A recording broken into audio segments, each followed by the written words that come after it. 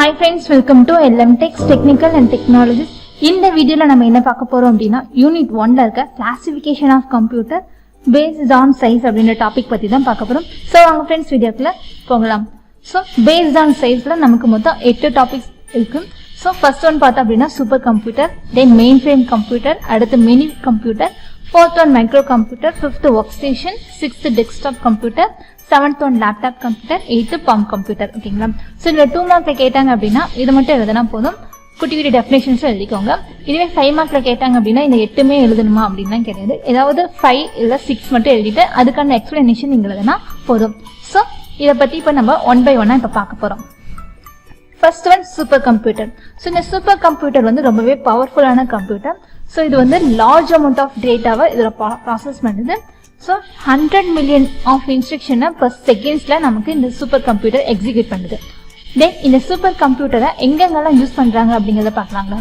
So science, engineering, education, defense, aerospace so இந்த மாதிரியான இடத்துலலாம் சூப்பர் கம்ப்யூட்டரை யூஸ் பண்றாங்க. அடுத்து பார்த்தோம் அப்படின்னா second one main frame computer. So இந்த மெயின் ஃப்ரேம் கம்ப்யூட்டர் ரொம்பவே ஹை பர்ஃபார்மன்ஸ் கம்ப்யூட்டர். எதுக்காக யூஸ் பண்ணுறாங்க அப்படின்னு பார்த்தோம்னா ஸோ லார்ஜ் இன்ஃபர்மேஷன் ப்ராசஸிங்காக இதை யூஸ் பண்ணுறாங்க.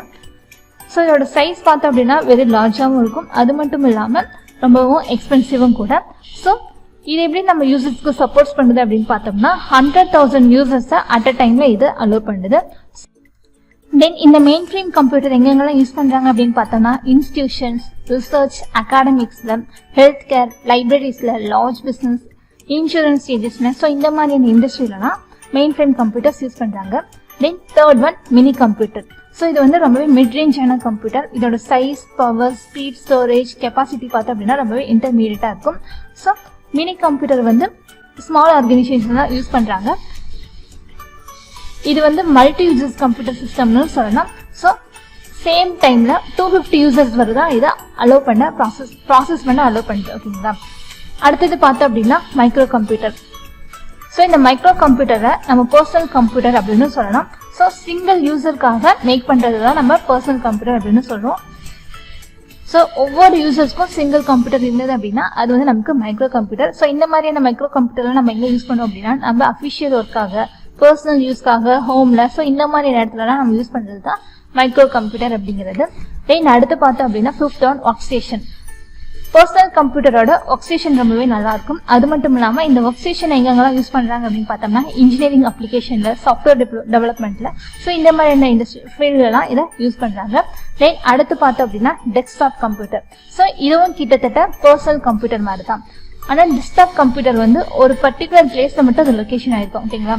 அதாவது ஒரு டேபிள்லயோ ஒரு டிஸ்க்லயோ ஒரு பிளேஸ் ஆயிருக்கும். அதை ஆக்சஸ் பண்ணோம் அப்படின்னா நம்ம தான் அந்த இடத்துக்கு போய் அதை நம்ம ஆக்சஸ் பண்ற மாதிரி இருக்கும். ஸோ இதை வேற எப்படி சொல்லணும் அப்படின்னா இந்த ஆஃபீஸ் ஒர்க்லாம் யூஸ் பண்றாங்க பார்த்தீங்களா? ஸோ அது எல்லாமே நமக்கு டெஸ்க்டாப் கம்ப்யூட்டர்ஸ், கமர்ஷியல் ஒர்க்காக, அஃபிஷியல் யூஸ்க்காக ஸோ இந்த மாதிரி ஒர்க்ஸ்க்காக நம்ம டெஸ்க்டாப் கம்ப்யூட்டரை யூஸ் பண்ணுவோம். தென் அடுத்து பார்த்தோம் அப்படின்னா லேப்டாப் கம்ப்யூட்டர். ஸோ இந்த லேப்டாப் கம்ப்யூட்டர்னு சொல்லலாம், இல்லைன்னா நோட் புக் கம்ப்யூட்டர்னு சொல்லலாம். ஸோ எதனால அப்படின்னு பார்த்தோம்னா இது ரொம்பவே ஸ்மாலாகவும் இருக்கும், போர்ட்டபிள் வெர்ஷனாகவும் இருக்கும். ஸோ நீங்க எங்க வேணும்னு நினைக்கிறீங்களோ இதை நீங்க எடுத்துட்டு போகலாம். ஓகேங்களா? ஸோ நீங்க ஜேர்னி பண்றீங்க, டிராவல் பண்றீங்க, அவசரமான வெளியே எடுத்துட்டு போகணும் அப்படின்னாலும் நீங்க எடுத்துட்டு போயிடலாம். ஸோ இது வந்து ஒரு எல் சைஸ்ல தான் இருக்கும். ஸ்க்ரீனுமே சரி ஆல்பன் நியூமரிக் கீபோர்டோட எனக்கு வித் அட்டாச் ஆகி நமக்கு கிடைக்கும். ஓகேங்களா? ஸோ இருக்கிறதுலே பெஸ்ட் ஒன்று அப்படின்னா இந்த லேப்டாப் கம்ப்யூட்டர் தான். சிங்கிள் யூசர் இது எங்க வேணாலும் எடுத்துக்கிட்டு போகலாம். அடுத்தது பார்த்தோம்னா பாம் கம்ப்யூட்டர். ஸோ இது வந்து சைஸ் எக்ஸாக்ட்லி எப்படி இருக்கும் அப்படின்னு பார்த்தோம்னா பேக்கெட் கால்குலேட்டர் சைஸ்ல தான் இருக்கும். இதோட பேட்டரி பார்த்தோம் அப்படின்னா பவர்ல இருக்கும். அடுத்து பார்த்தோம்னா இதோட சைஸ் எப்படி இருக்கும்னா ஹரிசாண்டல் சைஸ்ல தான் இருக்கும். இதோட கீபோர்டும் சரி, டிஸ்பிளேவும் சரி. இந்த எக்ஸாம்பிள் சொல்லணும் அப்படின்னா டேப்லெட். ஓகேங்களா? ஸோ இதுதான் ஃப்ரெண்ட்ஸ் 8 டைப் ஆஃப் கம்ப்யூட்டர். 2 மார்க்ஸ்ல கேட்டாங்கன்னா குட்டி குட்டி பாயிண்ட்ஸ் எழுதினா போதும். 5 மார்க்ஸ்ல கேட்டாங்கன்னா 5 or 6 ஏதாவது எழுதி அதோட எக்ஸ்பிளனேஷனோட எழுதுங்க. ஓகே ஃப்ரெண்ட்ஸ், இதுதான் size on paste on size. ஓகேங்களா? ஓகே ஃப்ரெண்ட்ஸ், நம்ம வீடியோ பிடிச்சிருந்து அப்படின்னா லைக் பட்டன் கிளிக் பண்ணிக்கோங்க. நம்ம சேனல்ல போற வீடியோஸ் உங்களுக்கு தொடர்ந்து வரணும்னா சப்ஸ்கிரைப் பண்ணிக்கோங்க. அப்படியே பக்கத்துல இருக்க பெல் ஐகானை கிளிக் பண்ணிக்கோங்க. ஃபாலோ பண்ணாதீங்க, ஃபாலோ பண்ணிக்கோங்க. உங்க ஃப்ரெண்ட்ஸ்க்கு வீடியோவை ஷேர் பண்ணிக்கோங்க. Okay friends, thank you.